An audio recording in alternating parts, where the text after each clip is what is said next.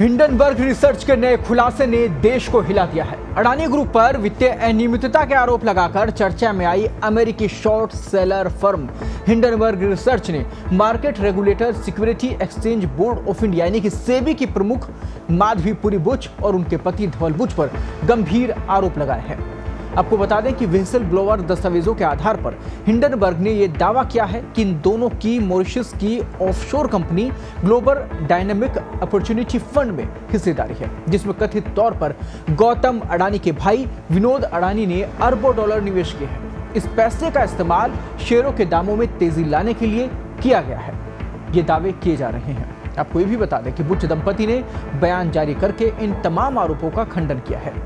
वहीं news agency के हवाले से उन्होंने ये कहा कि इस रिपोर्ट में किए गए निराधार दावों को हम सिरे से खारिज करते हैं। इनमें कोई सच्चाई नहीं है। हमारी जिंदगी और हमारे फाइनेंस खुली किताब है। बीते कई साल में हमने सेबी को सारी जानकारी मुहैया भी कराई है।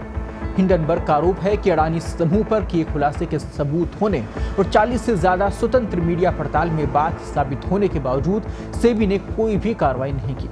इन आरोपों की पड़ताल का जिम्मा सेबी प्रमुख पर ही था, लेकिन इसके उलट सेबी ने 27 जून 2024 को उसे ही नोटिस दे दिया।